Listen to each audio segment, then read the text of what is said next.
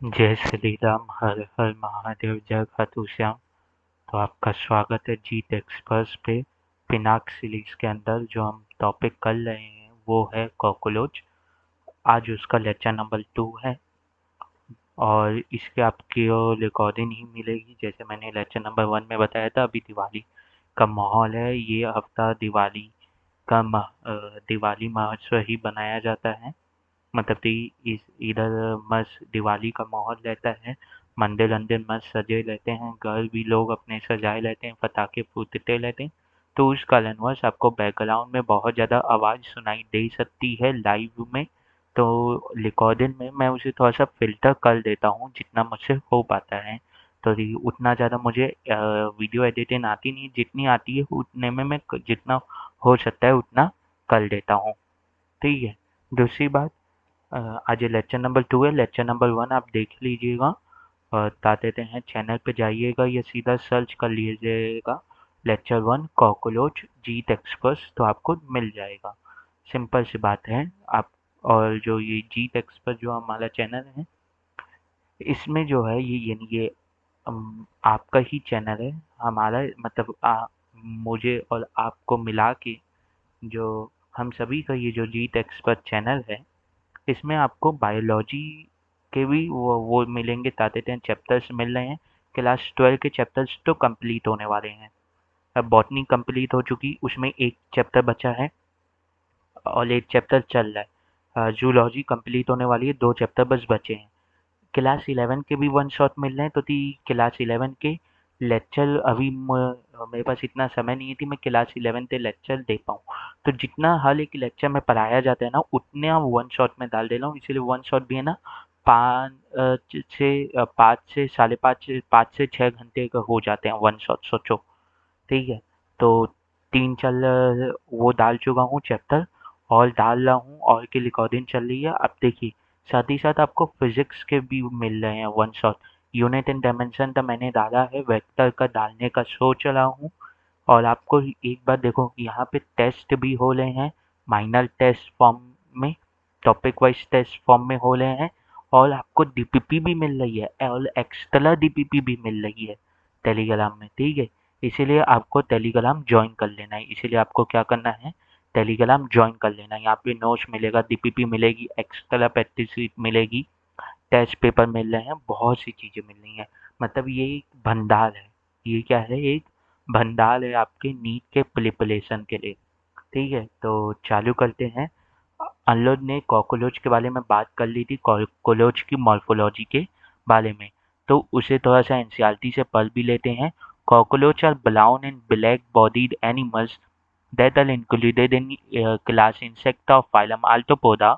मतलब कॉकरोच के ब्राउन या ब्लैक बॉडी वाले ऑर्गेनिज्म हैं, जिनकी बॉडी जो है वो ब्राउन या ब्लैक कलर की रहती है। और इनका ये किस क्लास में इंक्लूडेड रहते हैं, जो क्लासिफिकेशन होता है बायोलॉजिकल, यानी जो आपने 11 वाल में पढ़ा होगा टेक्सोनॉमी के अंदर क्लासिफिकेशन ऑर्गेनिज्म का। तो उसमें एक वो आती है क्लास, उसमें एक सेक्शन आता है जो होता है क्लास, जिसे हम लोग क्लास बोलते हैं। हाँ कि ना? Yes sir. हाँ कि ना? उसमें एक टैक्सा आते हैं जिसे हम लोग बोलते हैं क्लास। हाँ कि ना? तो उस टैक्सा जो जिसे हम लोग क्लास बोल रहे हैं, तो यहाँ पे इसकी क्लास क्या है, तो आंसर है इंसेक्टा। और इसका फाइलम क्या है, आल्टोपोडा। आल्टोपोडा फाइलम है, मतलब ये क्या है, ये एनिमल किंगडम के अंदर आ रहा है। तो साथ ही साथ पहले दिया है एनिमल, मतलब ये एनिमल किंगडम के अंदर आ रहा है। ब्लाइट येलो, रेड एंड और green coloured cockroach have also been reported in the topical region. जो टॉपिकल रीजन है वहाँ पे आपको ब्लाइट येलो, रेड और ग्रीन कलर के भी मिल जाएंगे cockroach. Their size ranges from 1/4 inches to 3 inches. मतलब 1/4 इंच से 3 इंच तक इनका जो साइज है वो वेलाई कर सकता है। अगर मैं इसे सेंटीमीटर में बदलता हूँ, तो 0.6 से 7.6 सेंटीमीटर, मतलब 0.6 टू 7.6 सेंटीमीटर जितनी इसकी साइज हो सकती है। हैव लॉन्ग एंटीना, इसके पास लंबे लंबे एंटीना रहते हैं। एंटीना सेंस करने के काम आते हैं सराउंडिंग को। बेसिकली उसके नाक की तरह काम करते हैं। नाक नहीं होती इसकी, पर उसकी नाक की तरह काम करते हैं। legs and flat extension of the upper body wall that conceal the head। अब ये जो flat extension on the upper body wall बोल रहे हैं ना, यही आपका प्लोनोटम है। यही आपका क्या है? प्लोनोटम है। दैट कंसील्स दी हेड, जो इसे बोल रहे हैं ना, यही आपका क्या है? यही है आपका प्लोनोटम, जो मैंने आपको बताया है। हाँ कि ना, यही क्या है? आपका प्लोनोटम है। प्लोनोटम क्या होता है? प्लोथोलेक्स का जो वो रहता है तलगम, वो एलोंगेट कर जाता है और नेक और हेड के पीछे लीजन तो ढक लेता है, जिसे हम लोग प्लोनोटम बोल रहे हैं। उस स्ट्रक्चर को क्या बोल रहे हैं? प्लोनोटम बोल रहे हैं। हाँ कि ना, तो यही यहाँ पे बोला गया है। दे आर नॉक्टर्नल ओमनिवोलस, मतलब ये रात तो जगने वाले ओमनिवोलस है। नॉक्टर्नल ओमनिवोलस क्यों? तो दी ओमनिवोलस है मतलब इनका ये वेजिटेरियन भी है और नॉन वेजिटेरियन भी है। साथ ही साथ अगर नॉक्टर्नल की बात कर लूँ तो नॉक्टर्नल क्यों? क्योंकि भगवान ने इन्हें बनाया है। मतलब ये की जो कंपाउंड आई रहती है, इनके पास क्या रहता है? सिंपल आई नहीं रहती, इनके पास कंपाउंड आई रहती है, जिसकी मदद से ये रात को आसानी से देख सकते हैं। ये नॉक्टर्नल है। That live in damp places, जो कहते थे डैम्प प्लेसेस में रहते हैं। हाँ कि ना, throughout the world, around the world ये डैम्प प्लेसेस पे पाए जाते हैं। They have become resident of human homes and thus are serious pest and vector of several disease. ये एक ह्यूमन होम के रेसिडेंट बन गए, मतलब ह्यूमन होम में पाए जाने वाले ऑर्गेनिज्म बन गए हैं। और ये जो है ये एक सीरियस पेस्ट है, मतलब इन्हें आप इग्नोर नहीं कर सकते थे यार। चलो मच्छर तो आप एक पल इग्नोर भी कर सकते हो, पर इसे आप इग्नोर नहीं कर सकते। साथ ही साथ ये जो है ये बहुत ज़्यादा डिजीज को फैलाते भी हैं। अगर इनकी मॉर्फोलॉजी की बात करूँ तो adult of the common species of cockroach, मतलब जो जिस भारत में कौन सी स्पीसीज कॉमन है कॉकरोच की, तो उसकी मॉर्फोलॉजी के बारे में बात करेंगे। तो अब भारत में कौन सी फेमस है? तो आंसर है पहली प्लेनेटा अमेरिकाना। इसका जो साइज है वो 3 to 4 5 जो बताते हैं, इसका जो साइज है वो 34 to 53 mm लॉन्ग होते हैं। हाँ कि ना, और विंग्स लेते हैं। इसके पास क्या लेते हैं? विंग्स लेते हैं। जो इसके ये एब्डोमेन है, ये जो इसका एब्डोमेन है, इसके टिप से ये जो इसका एब्डोमेन है, ये जो इसका एब्डोमेन है, ये जो इसका एब्डोमेन है, यहाँ से यहाँ तक ये जो इसका एब्डोमेन है ये पूरा, हाँ कि ना, तो इसके टिप से, ये एब्डोमेन के टिप से इलोंगेट हो रहे हैं पूरे एंड तक। हाँ कि ना, यस सर। हाँ कि ना, yes sir. that extend beyond the tip of abdomen in male, जो बताते हैं मेल में टिप ऑफ एब्डोमेन के भी बियॉन्ड इलोंगेट कर जाते हैं ऐसे। हाँ कि ना, the body of cockroach is segmented, इसमें मैथमेटिकल सेगमेंटेशन देखने को मिलता है, इसमें सेक्शन में बता हुआ देखने को मिलता है, सेगमेंटेड रहता है। डिविजिबल इनटू 3 डिस्टिंक्ट लीजन, और इसकी बॉडी जो है वो 3 डिस्टिंक्ट लीजन में बांटी जा सकती है। पहला है हेड, दूसरा है थोलेस और तीसरा है एब्डोमेन। एंटायर बॉडी जो है वो कवर्ड है हार्ड कार्टिलेजियस एक्सोस्केलेटन से। हाँ कि ना, जो ब्राउन कलर का होता है। अगर मैं पूछ लूँ ये जो कॉकरोच में हार्ड कार्टिलेजियस एक्सोस्केलेटन जो है ये किस कलर का होता है, तो बहुत से बच्चे नहीं बता पाएंगे। तो ये ब्राउन कलर का होता है। तो वो ऐसी छोटी छोटी जो इंफॉर्मेशन है इसे मिस कर जाते हैं, इसे मिस कर जाते हैं। हाँ कि ना, and those in each segment exoskeleton have a hardened place। ये जो hardened place लेती है ये chitin की place लेती है, और इन place को हम लोग क्या बोलते हैं? स्केलेलाइट बोलते हैं। क्या बोलते हैं? स्केलेलाइट बोलते हैं। टर्गाइट क्या होते हैं? जो ऊपर प्रेजेंट है, मतलब मैंने आपको कल बता के दिखाया था कि मान लो ये कॉकरोच की बॉडी का एक सेगमेंट है, ऊपर जो हार्ड स्केलेलाइट या काइटिन की प्लेट प्रेजेंट है इसे क्या बोल रहे हैं? टर्गाइट या टर्गम। नीचे जो प्रेजेंट है उसे क्या बोल रहे हैं? स्टर्नाइट या स्टर्नम। हाँ कि ना, और यहाँ पे कौन प्रेजेंट है? साइड साइड में प्ल्यूलाइट। साइड साइड में कौन प्रेजेंट है? प्ल्यूलाइट। हाँ कि ना, yes sir. That are join to each other by thin flexible membrane, जिसे हम लोग आर्टिकुलर मेम्ब्रेन भी बोलते हैं। हाँ कि ना, या एंटोलोडियल मेम्ब्रेन भी बोलते हैं। हाँ कि ना, यस सर। हाँ कि ना, यस सर। इतनी बात मैंने कल आपको बता दी थी। हाँ कि ना, हाँ कि ना, यस सर। ठीक है, अब इसके आते हैं डाइजेस्टिव सिस्टम के ऊपर। अब पहले आते हैं इसके डाइजेस्टिव सिस्टम के ऊपर। तो इसका जो डाइजेस्टिव सिस्टम जो है, डाइजेस्टिव सिस्टम जो है ये 3 पार्ट में बटा हुआ है। जैसे हमारा जो डाइजेस्टिव सिस्टम है, हम लोग एलिमेंट्री कैनाल बोलते हैं, हाँ कि ना? तो हमारे में इंटेस्टाइन में सेगमेंटेशन दिखती है, ईसीएम, ड्यूडेनम और इलियम ऐसे करते हुए, हाँ कि ना? तो वैसे ही लार्ज इंटेस्टाइन में दिखती है। तो इसमें भी जो है वो बता देते हैं सेगमेंटेशन इसके डाइजेस्टिव सिस्टम में दिखती है। इसका जो डाइजेस्टिव सिस्टम है उसमें 3 सेगमेंटेशन दिखती है। ये 3 रीजन जो है वो ऑब्जर्व होते हैं, 3 रीजन ऑब्जर्व होते हैं। देखो, पहली बात, डाइजेस्टिव सिस्टम में जो टर्म यूज होता है वो होता है गट। तो इसके जो 3 रीजन जो इसमें दिखते हैं उन वो क्या कहलाएंगे? वो 3 रीजन का नाम क्या रहेगा? पहला रहेगा फोर गट। पहला क्या रहेगा? फोर गट। पहला क्या रहेगा? Foregut. हाँ कि ना? हाँ कि ना? ये सर, पहला क्या रहेगा? Foregut. दूसरा बीच वाला कौन रहेगा? Midgut. कौन रहेगा? Midgut. हाँ कि ना? और तीसरा कौन रहेगा? तीसरा रहेगा आपका हाइंड गट। तीसरा क्या रहेगा? तीसरा रहेगा आपका हाइंड गट। हाँ कि ना? यस सर, हाँ कि ना? यस सर, इतनी बात याद रखना। अब अगर मैं बोलूँ कि ये जो है ये इसके डाइजेस्टिव सिस्टम का डायग्राम है। ये क्या है? ये इसके डाइजेस्टिव सिस्टम का डायग्राम है। ये क्या है? इसके डाइजेस्टिव सिस्टम का डायग्राम है। अगर डाइजेस्टिव सिस्टम देखोगे तो वो किधर से चालू होता है? माउथ से। तो ये जो ऊपर ओपनिंग है ये है इसका माउथ। ये क्या है? इसका माउथ। अब माउथ के पास ये जो आपको दिख रहा है, ये दो स्ट्रक्चर दिख रहे हैं, ये पेयर्ड स्ट्रक्चर है, मतलब ये दोनों एक पेयर को रिप्रेजेंट कर रहे हैं। और ये जो स्ट्रक्चर है ये है आपका one pair of salivary gland, या आप बोल सकते हो सलाइवरी ग्लैंड। ये क्या है? ये है आपका सलाइवरी ग्लैंड। हाँ कि ना? ये आपका क्या है? ये है आपका सलाइवरी ग्लैंड। हाँ कि ना? यस सर, सलाइवरी ग्लैंड क्या करेगा? सलाइवा प्रोड्यूस करेगा।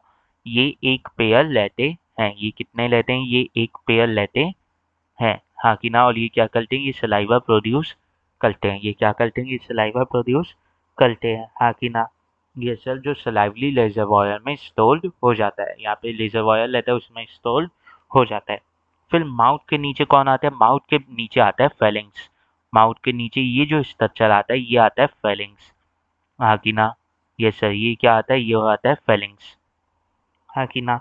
फिर आता है इसमें ईसोफेगस। फिर ये जो आपको स्ट्रक्चर दिख रहा है ये है आपका ईसोफेगस। ये क्या है? आपका ईसोफेगस। इसका जो इको ईसोफेगस लेता है वो नैलो लेता है। वो क्या लेता है? नैलो लेता है। हाँ कि ना? ईसोफेगस जो लेता है वो लेता है नैलो। अब इसके बाद अगर आप देखेंगे तो ईसोफेगस के बाद आपको एक फूला हुआ स्ट्रक्चर दिख रहा है, आपको एक फूला हुआ स्ट्रक्चर दिख रहा है, सैक लाइक स्ट्रक्चर दिख रहा है। इसे बोलते हैं क्लॉप। इसे क्या बोलते हैं? क्लॉप। यहीं पे क्या होता है जब फूड आता है ना, जब फूड माउथ से एंटर करता है तो वो फेलेंग्स ईसोफेगस से होते हुए यहीं इस सैक लाइक स्ट्रक्चर जिसे हम लोग क्लॉप बोल रहे हैं इसमें आके स्टोर हो जाता है। इसमें आके स्टोर हो जाता है। हाँ कि ना? यस सर, तो क्लॉक क्या करता है? फूड स्टोरेज करता है, ये स्टोरेज ऑफ फूड करता है। तो मैं उसे ऐसे लिख दे रहा हूँ, फूड स्टोरेज। हाँ कि ना? ये सर क्या करता है? फूड स्टोरेज करता है। और ये कैसा स्ट्रक्चर लेता है? ये सैक लाइक स्ट्रक्चर लेता है। अब क्या होता है? फूड को ग्लाइंड करना लेता है, चर्न करना लेता है। तो वो किधर होता है? तो वो आंसर है, बता देते हैं, वो होता है इसके नीचे वाले स्ट्रक्चर में, जिसे हम लोग बोलते हैं गिजाद। जिसे हम लोग क्या बोलते हैं? गिजाद। इसे क्या बोलते हैं? इसे हम लोग बोलते हैं गिजाद, या प्लोवेंटिकुलस भी बोलते हैं। इसे क्या बोलते हैं? इसे बोलते हैं गिजाद या प्लोवेंटिकुलस। हाँ कि ना? इसे क्या बोलते हैं? इसे बोलते हैं गिजाद या प्लोवेंटिकुलस बोलते हैं। क्या बोलते हैं? गिजाद या प्लोवेंटिकुलस। प्लोवेंटिकुलस बोलते हैं। हाँ कि ना? सॉरी, जय माता दी। ठीक है, क्या बोलते हैं? गिजाद बोलते हैं या प्लोवेंटिकुलस। यहाँ पे क्या होता है? यहाँ बेसिकली ग्लाइंडिन ऑफ फूड होता है। यहाँ पे क्या होता है? फूड की ग्लाइंडिन होती है। यहाँ पे क्या होता है? फूड की ग्लाइंडिन होती है। फूड को चबाया जाता है, उसकी ग्लाइंड किया जाता है। हाँ कि ना? यस सर, हाँ कि ना? Yes sir. अब तो लोग बोलोगे सर हमारे में तो फूड की ग्लाइंडिंग माउथ में हो जाती है। तो इनके क्या माउथ में नहीं होती? तो आंसर है थोड़ी सी फूड की ग्लाइंडिन इनके माउथ में भी होती है, तो दी माउथ में मैंडिबल कल्टी स्ट्रक्चर रहता है, वो थोड़ा बहुत ग्लाइंड कर देता है पर पूरे तरीके से ग्लाइंडिन नहीं होती। हाँ कि ना? ये सब पूरे तरीके से ग्लाइंडिन नहीं होती। तो यहाँ पे ग्लाइंडिन कलेंगे कैसे? असल में क्या होता है, ये जो है ये तो मैं आपको 2D स्ट्रक्चर दिखा रहा हूँ, पर ये पूरा एक सर्कुलर स्ट्रक्चर होगा। तो यहाँ पे ऐसे मसल्स रहती है, यहाँ पे सर्कुलर मसल्स रहती हैं, यहाँ पे सर्कुलर मसल्स रहती है। अगर मैं टॉप व्यू दूँ तो ये ऐसे दिखेंगी मसल्स, हाँ कि ना? Yes sir. और इन मसल्स में फंसे रहते हैं कौन? इन मसल्स में फंसे रहते हैं आपके टीथ। इन मसल्स में कौन फंसे रहते हैं? इन मसल्स में फंसे रहते हैं आपके काइटिन के टीथ, ऐसे, हाँ कि ना? यस सर, हाँ कि ना? Yes sir. तो जब मसल कॉन्ट्रैक्ट रिलैक्स करती है, जब मसल कॉन्ट्रैक्ट रिलैक्स करती है, तो ये जो टीथ है ये ग्लाइंडिन ऑफ फूड में काम आ जाते हैं, ये ग्लाइंडिन ऑफ फूड में काम आ जाते हैं, हाँ कि ना? यस सर, ये ग्लाइंडिन ऑफ फूड में काम आ जाते हैं। तो ये यहाँ पे जो है ये है आपकी सर्कुलर मसल्स, ये आपकी थिक सर्कुलर मसल्स हैं। अच्छी ज़्यादा सर्कुलर मसल्स रहती हैं, इसलिए यहाँ पे टर्म होता है थिक, हाँ कि ना? तो ये आपकी हैं सर्कुलर मसल्स, हाँ कि ना? थिक रहती हैं, हाँ कि ना? यस सर, ये बात याद रखना थी, ये थिक रहती हैं, हाँ कि ना? यहाँ पे लिख लेना थिक। और ये जो है ये है आपके काइटिन के टीथ, काइटिन के टीथ। तो कितने काइटिन के टीथ प्रेजेंट रहते हैं? तो एनसीईआरटी बोलती है 6 काइटिन के टीथ प्रेजेंट होते हैं। यहाँ पे कितने काइटिन के टीथ प्रेजेंट होते हैं? तो आंसर है 6 काइटिन के टीथ प्रेजेंट होते हैं, हाँ कि ना? Yes sir. 6 काइटिन के टीथ यहाँ पे प्रेजेंट होते हैं, हाँ कि ना? Yes sir. अब इसके नीचे तो ये जो अभी तक मैंने आपको बताया, ये पूरा का पूरा मिल के क्या बना रहा है?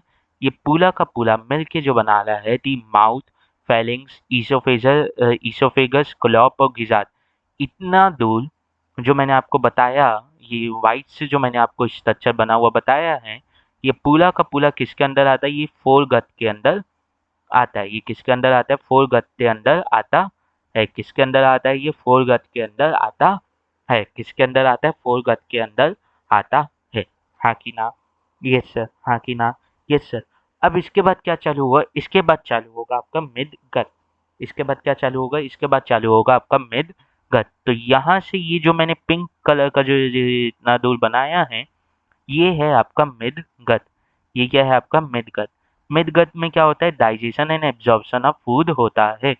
Digestion and absorption of food होता है। क्या होता है यहाँ पे? Digestion and absorption of food होता है, हाँ कि ना? हाँ कि ना? Yes sir. अब यहाँ पे आप देखेंगे, यहाँ पे आप देखेंगे तो मिड गट और फोर गट के जंक्शन में आपको कुछ स्ट्रक्चर्स नहीं दिख रहे। तो आंसर है यस, आंसर है यस। ये जो स्ट्रक्चर्स हैं, ये जो स्ट्रक्चर्स हैं, रुक जाओ, ये जो स्ट्रक्चर्स हैं ये असल में कैसे प्रेजेंट रहते हैं? ये है आपका मिड गट और फोर गट का जंक्शन। ये ऐसे चारों तरफ ऐसे विंग लाइक फॉर्म में प्रेजेंट होते हैं, ये ऐसे विंग के फॉर्म में प्रेजेंट होते हैं, हाँ कि ना? ऐसे चारों तरफ विंग के फॉर्म में प्रेजेंट होते हैं।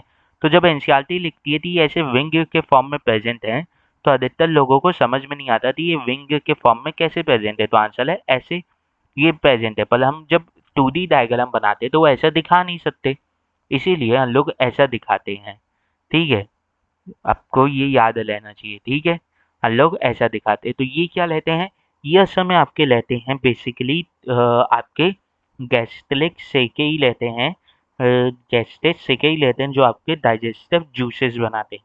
तो दी मिड गट में डाइजेशन हो रहा है और एब्जॉर्प्शन हो रहा है, तो फूड के डाइजेशन के लिए डाइजेस्टिव जूसेस चाहिए, जूसेस चाहिए, तो वो कौन बनाएगा? तो आंसर है वो जो है डाइजेस्टिव जूसेस, ये गैस्ट्रिक सेके ही जो लेते हैं यही बनाते है, हाँ कि ना?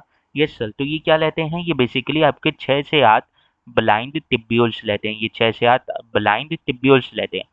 अब आपको आ रहा होगा कि ब्लाइंड टिब्यूल्स मतलब एनसीईआरटी इनके लिए ब्लाइंड टिब्यूल्स क्यों यूज करती है तब क्यों? अभी मैं बताता हूँ ब्लाइंड टिब्यूल्स मतलब। बेसिकली समझो यार कि ये जो है ये एक ट्यूब है, हाँ कि ना? मैं इसे ट्यूब बोलूंगा, हाँ कि ना? Yes sir. पर ब्लाइंड ट्यूब्यूल क्या होगा? जिसमें इसकी ओपनिंग ना हो, जिसमें इसकी ओपनिंग ना हो, दूसरे साइड ओपनिंग ना हो। तो आप इस साइड से देखोगे तो इस साइड से आपको चीजें दिख जाएंगी।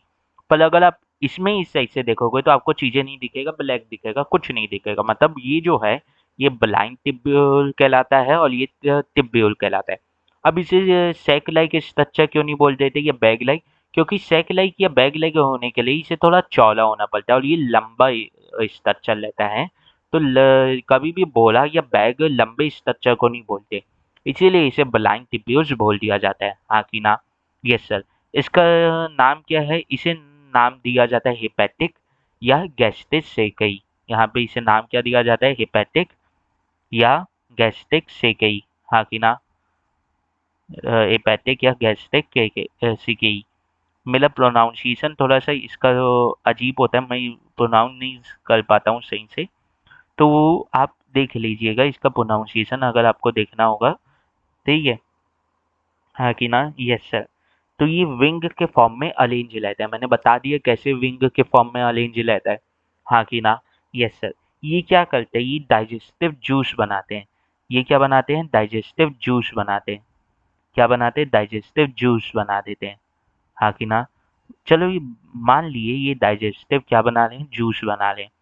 हाँ कि ना? ये सर मान क्या लिए? ये डाइजेस्टिव जूस बनाते ही हैं। तो सर ये डाइजेस्टिव जूस बनाते हैं तो ये किधर डालते हैं डाइजेस्टिव जूस? तो आंसर है जहाँ पे डाइजेशन होना है। तो डाइजेशन किधर होना है? मिड गट में। तो ये इवन दो ये डालते हैं मिड गट और फोर गट के जंक्शन में प्रेजेंट है, तब भी अपने डाइजेस्टिव जूस मिड गट में ही डालते हैं। किस में डालते हैं? मिड गट में ही डालते हैं। और ये जो गैस्ट्रिक से गई हैं ये किधर प्रेजेंट है? Junction of midgut and foregut. ये किधर प्रेजेंट है? मिड गट और फोर गट के जंक्शन पे। हाँ कि ना? Junction of midgut and foregut पे। हाँ कि ना? Junction of midgut and foregut. हाँ कि ना? Yes sir. हाँ कि ना? Yes sir. Midgut and foregut के जंक्शन पे ये प्रेजेंट है। हाँ कि ना? Yes sir. हाँ कि ना? Yes sir. ठीक है। ठीक है। इतनी बात समझ में आई? इतनी बात समझ में आई? ठीक है सर, इतनी बात हमें समझ में आती है। अब क्या होता है कि मिड गट में आपका डाइजेशन हुआ, एब्जॉर्प्शन हुआ। ठीक है सर। अब यहाँ पे क्या है? यहाँ पे ये इतनी दूरी क्या कहलाती है? ये इतना दूर कहलाता है हाइंड गट। ये जो मैंने आपको येलो से बनाया है ये है आपका हाइंड गट। हाँ कि ना? ये आपका क्या है? हाइंड गट है। ये आपका क्या है? हाइंड गट है। हाँ कि ना? हाइंड गट क्या होता है? हाइंड गट में क्या होता है? बेसिकली ये क्यूटिकल से लाइंड रहता है। ये किससे लाइन लेता है? क्यूटिकल से लाइंड रहता है। हाँ कि ना? यस है, क्यूटिकल से लाइंड रहता है जिसके नाम से यहाँ पे एब्जॉर्प्शन नहीं होता है। दूसरी बात एक और बताता हूँ मैं आपको, एक और बात मैं आपको बताता हूँ कि ये जो पूरा डाइजेस्टिव सिस्टम है ये पूरा फोर गट और हाइंड गट दोनों ही किससे लाइंड है? क्यूटिकल से। क्यूटिकल मतलब काइटिन से लाइंड है। ये किससे लाइंड है? फोर गट में भी यहाँ पे काइटिन की लाइनिंग है। हाँ कि ना? लाइंड बाय क्यूटिकल या लाइंड बाय काइटिन। हाँ कि ना? लाइन बाय क्यूटिकल लिख ले रहा हूँ और क्यूटिकल मतलब काइटिन की लेयर। हाँ कि ना? Yes sir. और हाइंड गट भी आपका क्या है? लाइंड है क्यूटिकल से। हाँ कि ना? Yes sir. मतलब यहाँ पे हार्ड सब्सटेंस की कवलिंग है तो यहाँ पे एब्जॉर्प्शन नहीं हो सकता। मतलब फूड का एब्जॉर्प्शन कहाँ हो रहा है? सिर्फ हाइंड गट में, यानी सिर्फ मिड गट में हो रहा है, सिर्फ मिड गट में हो रहा है। हाँ कि ना? फिर हाइंड गट करता क्या है? हाइंड गट बेसिकली जो अनडाइजेस्टेड फूड मटेरियल है उसे स्टोर करता है थोड़ी देर के लिए और थोड़ी देर बाद बाहर छोड़ देता है। इसीलिए हाइंड गट जो है इसमें तीन पार्ट आते हैं। इसमें आता है इलियम, कोलोन और लेक्टम। इसमें कौन आता है? ये जो है ये आता है इलियम। हाँ कि ना? ये सर इलियम। ये है कोलोन। हाँ कि ना? ये सर। और आता है ये वेक्टम। हाँ कि ना? अब देखोगे तो एनसीईआरटी एक बात और लिखती है कि hindgut is broader than midgut. तो आपको यहाँ पे दिख ही रहा है कि मिड गट पतला है पर हाइंड गट अच्छा चौड़ा है, तो वही बात एनसीईआरटी लिखती है। हाँ कि ना? Yes sir. हाँ कि ना? Yes sir. अब यहाँ पे भी हाइंड गट और मिड गट के भी जंक्शन में भी आपको ऐसे लंबे लंबे टिब्यूल दिख रहे हैं। तो ये लंबे लंबे टिब्यूल्स किसके लेते हैं? तो ये लेते हैं मेल्फिजियन टिब्यूल्स। ये क्या लेते हैं? मेल्फिजियन टिब्यूल्स लेते हैं। ये क्या लेते हैं? मेल्फिजियन टिब्यूल्स लेते हैं। मेल्फिजियन टिब्यूल्स किस चीज के काम आते हैं? तो ये एक्सक्रीशन के काम आते हैं। ये किसके काम आते हैं? ये एक्सक्रीशन के काम आते हैं। ये किसके काम आते हैं? ये एक्सक्रीशन के काम आते हैं। ये किसके काम आते हैं? ये एक्सक्रीशन के काम आते हैं, हाँ कि ना। यहाँ पे मैं बता दे रहा हूँ कि ये भी वैसे ही जैसे आपके गैस्ट्रिक या हेपेटाइटिस के ही पेशेंट है, वैसे ही ये भी पेशेंट लेते हैं, विंग फॉर्म में पेशेंट लेते हैं और तादाद हैं। तो ये बेसिकली आपके क्या लेते हैं? ये आपके बेसिकली 100 से 150 के अमाउंट में पेशेंट लेते हैं और ये क्या करते हैं? एक्सक्रीशन करते हैं। क्या करते हैं एक्सक्रीशन? मतलब कि आप अगर वो देखेंगे कॉकरोच का वो एनिमल किंगडम में पले होंगे तो कॉकरोच जो है वो open type of blood circulation show करता है। मतलब इसके जितने भी ऑर्गन्स है वो सब ब्लड में बातें लेते हैं। तो यहाँ पे आसपास ब्लड होगा, ब्लड में प्रेजेंट होगा आपका पोटेशियम यूलेट, एक नाइट्रोजनस बेस रहता है। उसे ये किस में बदलता है? उसे ये आपके यूरिक एसिड में बदलता है और उस यूरिक एसिड तो फिर हाइंड गट में डाल देता है और हाइंड गट से वो एक्सक्रीट आउट हो जाता है, हाँ कि ना। तो वो एक्सक्रीटरी सिस्टम में ये पूरी चीजें लिखेंगे, पर आपको अभी समझना है बस, हाँ कि ना। इतनी बात समझ में आई हो? ठीक है। एनसीईआरटी यहाँ पे इसका कलर भी बताती है कि ये येलो कलर रहता है और फिलामेंटस फॉर्म में रहता है। फिलामेंटस फॉर्म में ये रहता है, हाँ कि ना। Yes sir. और क्या करता है? एक्सक्रीशन करता है। एक्सक्रीशन क्या करता है कि ओपन टाइप का ब्लड सर्कुलेशन है, मतलब ये डायलेक्ट कॉन्टैक्ट ऑफ ब्लड में बातें है तो अपने आसपास के ब्लड से नाइट्रोजनस वेस्ट, यहाँ पे बता भी दे रहा हूँ कौन सा नाइट्रोजनस वेस्ट, तो आंसर है पोटेशियम यूलेट, उसे लेता है और उसे ताते यूरिक एसिड में बदलता है और फिर उसे हाइंड गट में डाल देता है, जहां से वो बाहर एक्सक्रीट आउट हो जाता है, हाँ कि ना। यस सर, हाँ कि ना। Yes sir. तो इतनी ही बात करनी थी अल्लो तो कॉकरोच के डाइजेस्टिव सिस्टम पे बारे में, कॉकरोच के डाइजेस्टिव सिस्टम के बारे में, हाँ कि ना। Yes sir. अब आते हैं हम लोग कॉकरोच के रेस्पिरेटरी सिस्टम में, कॉकरोच के रेस्पिरेटरी सिस्टम में, हाँ कि ना। Yes sir. किस में आते हैं? कॉकरोच के रेस्पिरेटरी सिस्टम में आते हैं। तो कॉकरोच के रेस्पिरेटरी सिस्टम में हमारे जैसे परफेक्ट स्ट्रक्चर नहीं होता, ये डेफिनेट स्ट्रक्चर नहीं होता कि लंग्स है और फिर उससे हवा एक्सचेंज हो रही है, वैसा नहीं होता। इनका जो है वो थोड़ा सा अलग रहता है। क्या होता है बेसिकली समझो, क्या होता है बेसिकली समझो, क्या होता है सोचो, क्या होता होगा। तो आंसर है इनमें जो है बेसिकली अगर आप देखेंगे तो इनमें एक है ना एयर के एक्सचेंज के लिए रहता है टेलेक्यूल्स, एक टेलेकियल ट्यूब्यूल्स रहते हैं। मतलब बेसिकली समझो ये है कॉकरोच, हाँ कि ना। ये है आपका कॉकरोच, हाँ कि ना। ये कॉकरोच का हेड हो गया, ये नेक हो गया, ये उसका हो गया थोलैक्स, हाँ कि ना। 3 सेगमेंट उसके थोलैक्स के हो गए।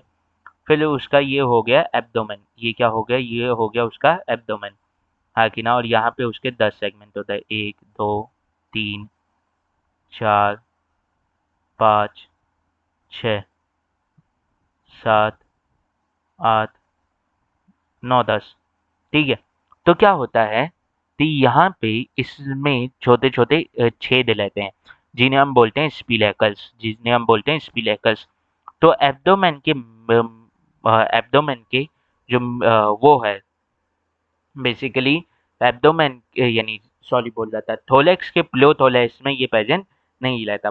थोलेक्स के प्लोथोलेक्स में ये प्रेजेंट नहीं रहता। तो कहाँ प्रेजेंट रहता है? जो बाकी जो थोलेक्स के सेक्शन हैं जिन्हें हम मीसोथोलेक्स या मेटाथोलेक्स बोलते हैं, वहाँ पे ये स्पिलेकल्स प्रेजेंट रहते हैं। और कैसे प्रेजेंट रहते हैं? पेयर्स में। मतलब आपको मैं ये कॉकरोच का ये साइड दिखा रहा हूँ, हाँ कि ना। Yes sir. इस साइड भी अगर इस साइड से भी देखोगे तो ऐसा ही दिखेगा, हाँ कि ना। और यहाँ पे एब्डोमेन के दादेदे किस में प्रेजेंट है? सिर्फ 8 सेगमेंट में प्रेजेंट होते हैं, सिर्फ 8 सेगमेंट में प्रेजेंट होते हैं। आखिर के 2 सेगमेंट में ये प्रेजेंट नहीं होते, हाँ कि ना। मतलब जो ये स्पिलेकल्स हैं ये कैसे प्रेजेंट है? पेयर्ड फॉर्म में प्रेजेंट है। एक सेगमेंट है दोनों साइड एक एक, मतलब एक सेगमेंट में एक पेयर ऑफ स्पिलेकल्स। मतलब टोटल कितने स्पिलेकल्स? टोटल में 10 स्पिलेकल्स प्रेजेंट होते हैं, 10 पेयर ऑफ स्पिलेकल्स प्रेजेंट रहते हैं। अगर मैं टोटल नंबर पूछ लूँ एक कॉकरोच में, तो टोटल कॉकरोच में ये लेते हैं 20। टोटल कॉकरोच में क्या लेते हैं? 20। तो इसमें क्या होता है बेसिकली समझो, ये मैंने आपका बना लिया एक कॉकरोच और ये आपका ऐसे मैंने एक अभी ऊपर ऊपर से डायग्राम बना लिया कॉकरोच का। अब यहाँ पे आपके स्पिलेकल्स हैं। अब इस स्पिलेकल से क्या लगेगा? बॉडी में ऐसी ट्यूब जाएगी, क्या लाएगी? ट्यूब जाएगी। अब असल में क्या होता है, इनके ब्लड में हीमोग्लोबिन तो होता नहीं थी, वो ब्लड में ऑक्सीजन कैरी कर सके, तो ये अपने ऑर्गन्स तक डायलेट हवा भी पहुंचाते हैं। कैसे पहुंचाते हैं? ऐसी ट्यूब जाती हैं जिन्हें हम टैक्यूल्स बोलते हैं, और ये टैक्यूल्स ट्यूब जो हैं ये और छोटी छोटी, यानी ये ट्यूब्स जाती हैं जिन्हें हम टैकिया बोलते हैं, और ये जो ट्यूब्स हैं ये और छोटी छोटी ट्यूब्स में बच जाती हैं, और वो और छोटी छोटी ट्यूब्स में बच जाती हैं। ऐसे करते ये एयर का एक्सचेंज करते हैं अपने ऑर्गन से। तो ये जो ट्यूब स्पिलेकल से अलाइज हुई, इसे हम लोग बोलते हैं तलैकिया। इसे हम लोग क्या बोलते हैं? तलैकिया। और ये जब और फाइन ट्यूब्यूल्स में बच जाती है जैसे ये, इसे हम लोग बोलते हैं तलैक्यूल्स। इसे हम क्या बोलते हैं? तलैक्यूल्स। इसे हम क्या बोलते हैं? तलैक्यूल्स बोलते हैं। हाँ कि ना? इसे हम लोग क्या बोलते हैं? इसे हम लोग तलैक्यूल्स बोलते हैं। इससे क्या होता है? इससे ये हवा जो है वो डायलेटिव ऑर्गन से अरेंज कर ली जाती है, all over the body. All over the body हवा एक्सचेंज कर ली जाती है। मतलब यहाँ से ऑक्सीजन अंदर गया, यहाँ से ऑक्सीजन अंदर गया, और यहाँ से CO2 जो है, यहाँ से CO2 जो है वो बाहर आ गया।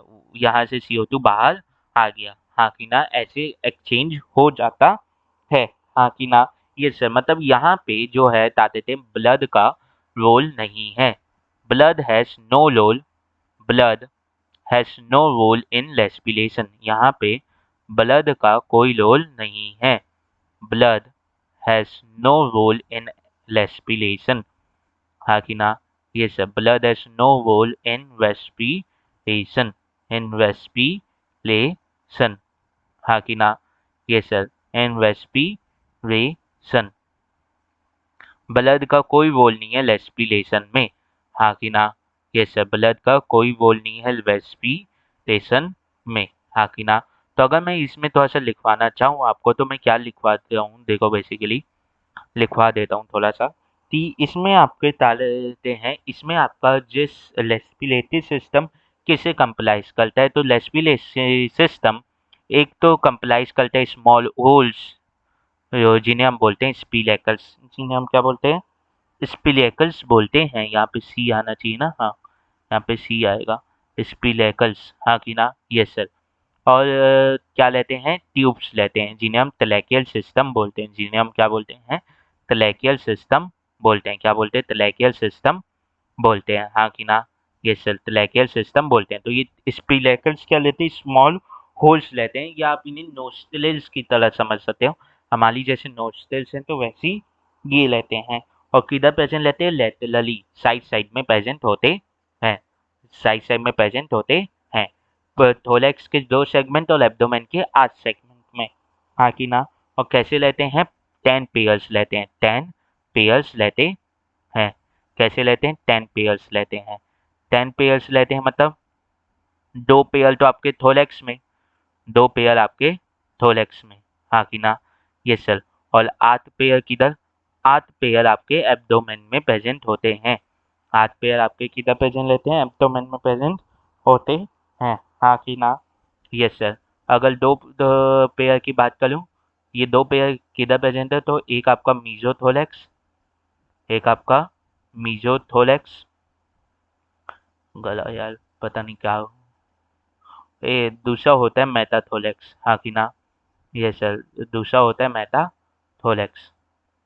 फिर 8 पेयर की बात करूँ तो ये 8 पेयर किधर प्रेजेंट लेते हैं? या 8 पेयर आपके प्रेजेंट लेते हैं एब्डोमेन में। ये किधर प्रेजेंट लेते हैं? ये आपके एब्डोमेन में प्रेजेंट होते हैं। स्पिलेकल्स जो हैं ये बेसिकली कितने हैं? 10 पेयर है, मतलब टोटल 20 नंबर। ठीक है। कैसे प्रेजेंट है? लेटरली प्रेजेंट है। कैसे प्रेजेंट है? लेटरल प्रेजेंट है। साथ साथ ही ने हम स्मॉल होल्स बोल सकते हो, या नोस्ट्रल से इनका कंपैरिजन कर सकते हो। ये कैसे डाइजेस्ट लेते हैं, मतलब हवा इनसे बाहर अंदर बाहर कैसे होती है, तो इनमें स्पिंचर, जय माता रानी। ठीक है, वो थोड़ा सा हिचकी आ गई थी। इनमें स्पिंचर्स लेते हैं जो हवा की इन और आउट को कंट्रोल करते हैं। यहाँ पे एक्सचेंज ऑफ एयर कैसे हो रहा है? यहाँ पे exchange of air by diffusion हो रहा है। बाय डिफ्यूजन हो रहा है। एक्सचेंज ऑफ एयर ऑर्गन से कैसे हो रहा है? बाय डिफ्यूजन हो रहा है, मतलब अलोंग दी कंसंट्रेशन ग्रेडियंट होता है। अलोंग दी कंसंट्रेशन ग्रेडियंट होता है। हाँ कि ना? यहाँ पे एक्सचेंज ऑफ एयर कैसे होता है? अलोंग दी कंसंट्रेशन ग्रेडियंट होता है। हाँ कि ना? Yes sir. हाँ कि ना? Yes sir. समझ में आई इतनी बात? समझ में आई इतनी बात? ये चल इतनी बात हमें समझ में आती है, इतनी बात हमें समझ में आती है। ठीक है, आई होप इतनी बात आपको समझ में आती है। ठीक है, इतनी बात समझ में आती है। तो आगे बढ़ते हैं। आगे जो है ताते हम लोग तो बात करना है सर्कुलेटरी सिस्टम की, कल बात कर लेंगे। अभी हम लोग बात कर लेंगे एक्सक्रीटरी सिस्टम की। अभी हम लोग क्या बात करेंगे? एक्सक्रीटरी सिस्टम की।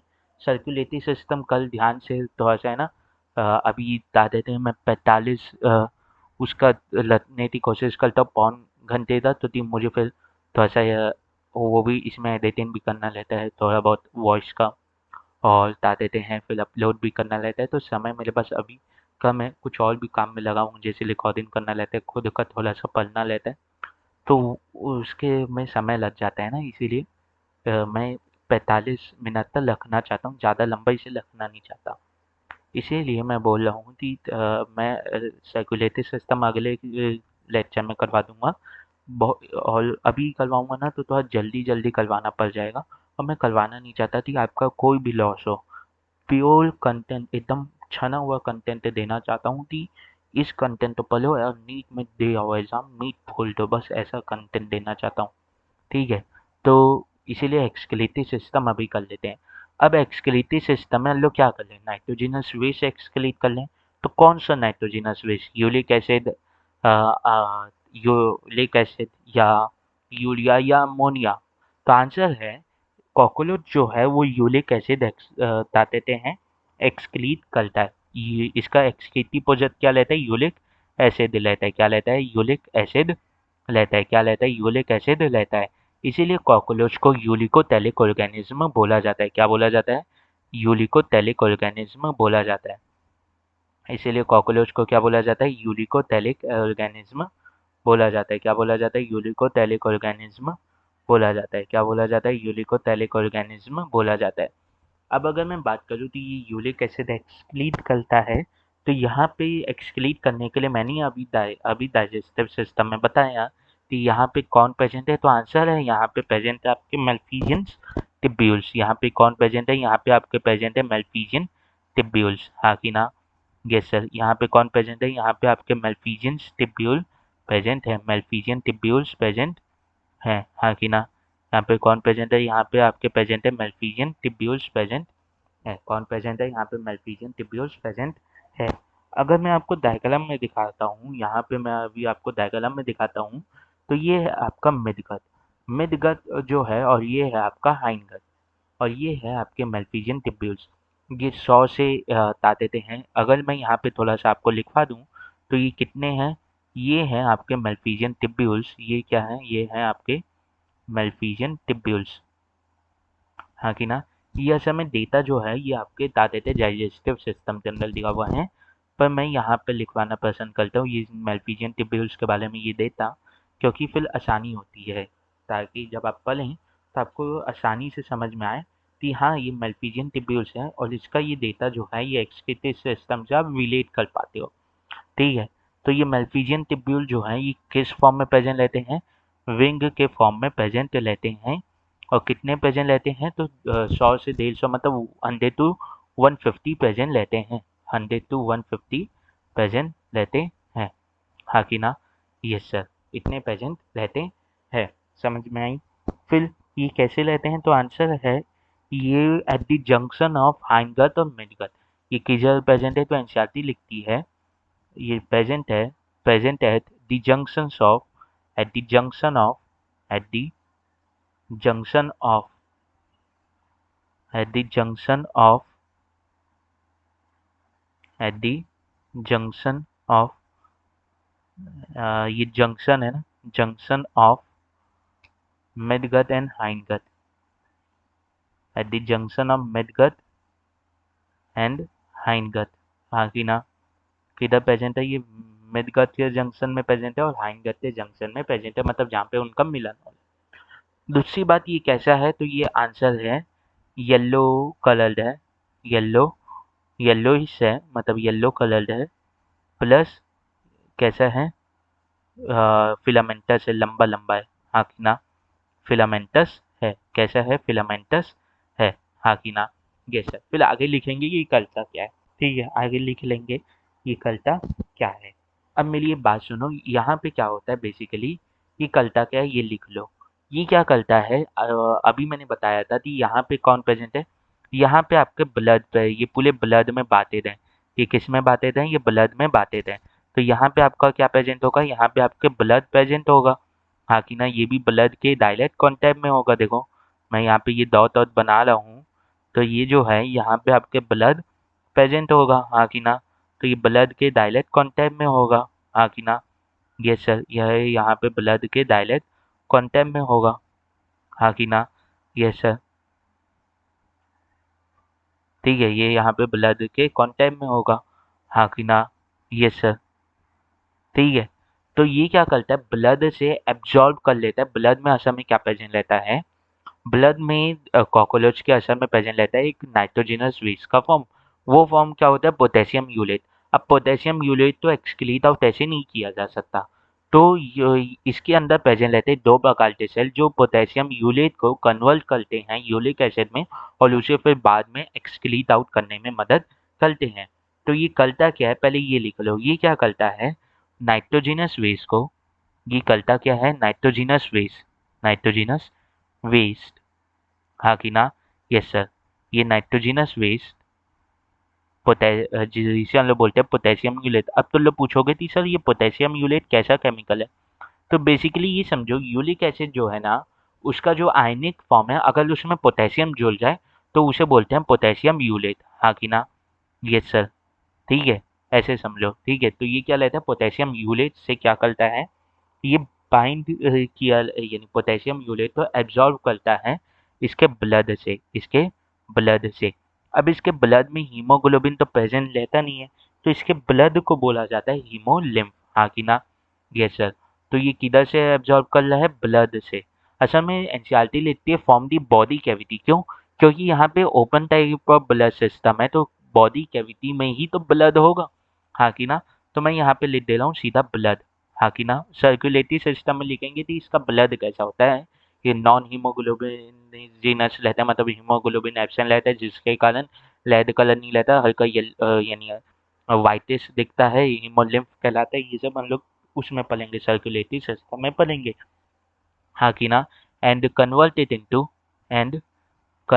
इनटू यूरिक एसिड, और इसे यूरिक एसिड में कन्वर्ट कर देता है, convert it into uric acid. हाँ कि ना, convert it into uric acid, फिर उसे किस में कन्वर्ट कर देता है, यूरिक एसिड में कन्वर्ट कर देता है। हाँ कि ना, और इस यूरिक एसिड तो किधर डाल देता है, इस यूरिक एसिड तो फिर डाल देता है आपके हाइंड गट में, फिर इस यूरिक एसिड तो किधर डाल देता है, आपके हाइंड गट में डाल देता है। किधर डाल देता है, ये इस यूरिक एसिड तो आपके हाइंड गट में ये डाल देता है। किधर डाल देता है, आपके यूरिक एसिड तो किधर डाल देता है, यूरिक एसिड तो हाइंड गट में डाल देता है। बार बार बोलो, याद रखना किधर डाल रहा है, इसके पास अलग से कोई सिस्टम नहीं है एक्सक्रीट करने थे, ये किधर डाल रहा है, ये आपके हाइंड गट में ही डाल रहा है, ये आपके हाइंड गट में ही डाल रहा है। ये किधर डाल रहा है, ये आपके हाइंड गट में ही डाल रहा है। किधर डाल रहा है, हाइंड गट में ही डाल रहा है। इतने बार बोल दिया, अब समझ में आना चाहिए। ठीक है, तो कैसा है, यहाँ पे मैं आपको बताता हूँ कि जो ये मेल्फिजियन टिब्यूल्स है, इसके पास दो प्रकार के सेल्स हैं, इसके पास दो प्रकार के सेल्स हैं। हाँ कि ना, मेल्फिजियन टिब्यूल्स के पास दो प्रकार के सेल्स हैं, टू टाइप्स ऑफ सेल्स हैं। हाँ कि ना, टू टाइप्स ऑफ सेल्स हैं। हाँ कि ना, ये सर दो टाइप ऑफ सेल हैं। तो मैंने यहाँ पे जब इसका जूम स्ट्रक्चर बनाया, तो यहाँ पे आपको यहाँ पे ऐसे एक सेल्स दिखेंगे। हाँ कि ना, ये सर आपको ये सेल्स दिखेंगे। हाँ कि ना, ये एक प्रकार के सेल्स लेते हैं, और इन सेल्स को बोलते हैं हम लोग ग्लैंड्यूलर सेल्स। इन्हें हम क्या बोलते हैं, ग्लैंड्यूलर सेल्स बोलते हैं। इन्हें हम क्या बोलते हैं, ग्लैंड्यूलर सेल्स बोलते हैं। फिर इनके बाद जो लेते हैं दूसरे प्रकार के सेल, वो ये लेते हैं। इनके बाद सेल जो लेते हैं वो ऐसे लाएंगे थोड़े। हाँ कि ना, इनके बाद क्या लाएंगे, ऐसे पर सेल्स लाएंगे। हाँ कि ना, यस सर, ऐसे सेल्स लाएंगे। ठीक है, ये जो सेल्स लेते हैं इनमें सीलिया प्रेजेंट रहता है, इनके पास क्या प्रेजेंट रहता है, सीलिया प्रेजेंट रहता है। हाँ कि ना, ये सर इनके पास क्या प्रेजेंट रहता है, सीलिया प्रेजेंट रहता है। ये क्या सेल कहलाते हैं, जिन सेल्स के पास सीलिया प्रेजेंट है तो ये क्या कहलाते हैं, सीलिएटेड सेल कहलाते हैं। ये क्या कहलाते हैं, सीलिएटेड सेल कहलाते हैं। अब देखना ये सीलिएटेड सेल क्यों कहला रहे हैं, तो इनके पास सीलिया प्रेजेंट है, और सीलिया जो है वो 180 यानी वो यूनी डायरेक्शनल मूवमेंट करता है। ये याद रखना, ये सीलिया जो है वो यूनी डायरेक्शनल मूवमेंट करता है। तो क्या होता है, यहाँ पे जो नाइट्रोजिनस वेस्ट है, यहाँ पे जो नाइट्रोजिनस वेस्ट है पोटेशियम यूलेट, उसे ये ग्लैंड्यूलर सेल क्या करता है, एब्जॉर्ब कर लेता है और उसे किस में बदल देता है, यूलिक एसिड में बदल देता है। फिर यूलिक एसिड तो ये यहाँ से सीलिएटेड सेल किस में डाल देते हैं, हाइंड गट में डाल देते हैं। सीलिएटेड सेल फिर सीलिया यूनि डायरेक्शन मूव करता है, तो ग्लैंड्यूलर सेल की तरफ से ये हाइंड गट की तरफ सीलिया को मूव करते जाता है और किधर डाल देता है, यूलिक एसिड तो बता देते हैं बेसिकली आपके हाइंड गट में डाल देता है।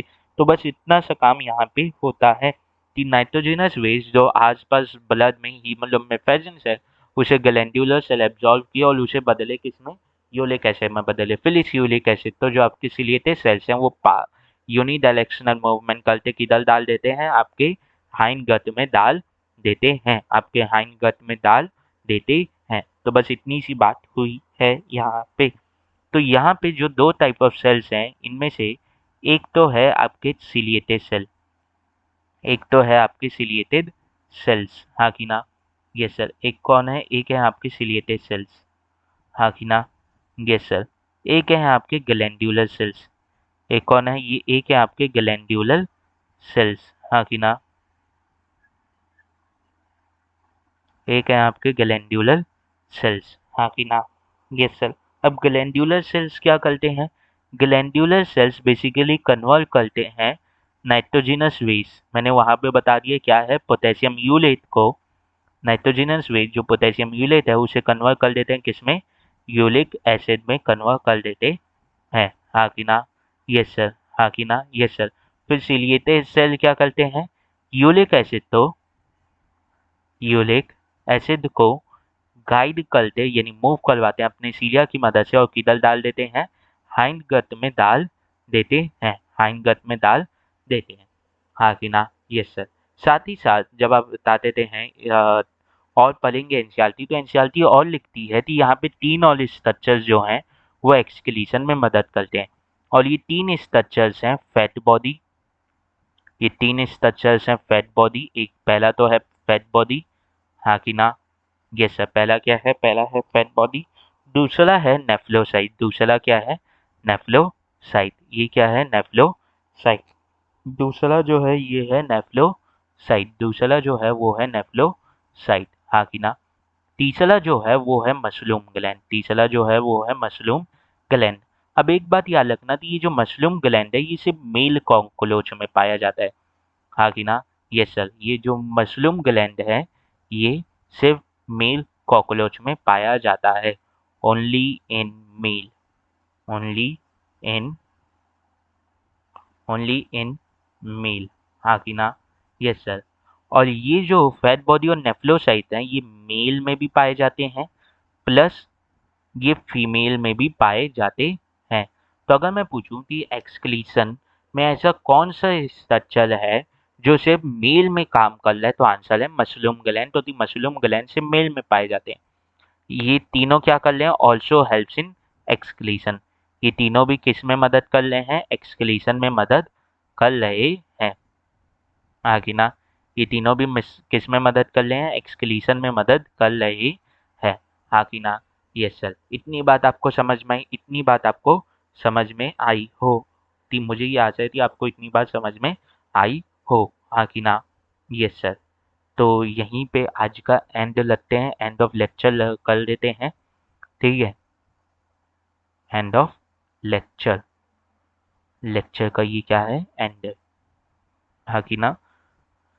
तो जयराम जी की, बस आप भी आज जाके और पटाखे फोड़िए, ठीक है, अगर आप तो फोड़ना है तो मस्त फोड़िए, किसी की मत सुनिए, ठीक है, जय श्री राम, जय श्री राम, ठीक है, मस्त पटाखे फोड़िए। तो चलते हैं, आज गोवर्धन पूजा भी है, ठीक है, कई जन कल बनाए कई जन आज बनाए, तो आज आप सभी को गोवर्धन पूजा, अगर आज आप बना रहे हैं तो आपको गोवर्धन पूजा की शुभकामनाएं। ठीक है। भाई दूज आज है या कल है? भाई दूज का मैं पता करता हूँ, रुक जाओ, पूछना पड़ेगा। वैसे हम लोग तक कुछ रिलेटेड तो है नहीं, पर अपना त्योहार है, वो शुभकामनाएं तो दे सकते हैं। ठीक है। तो जय राम जी की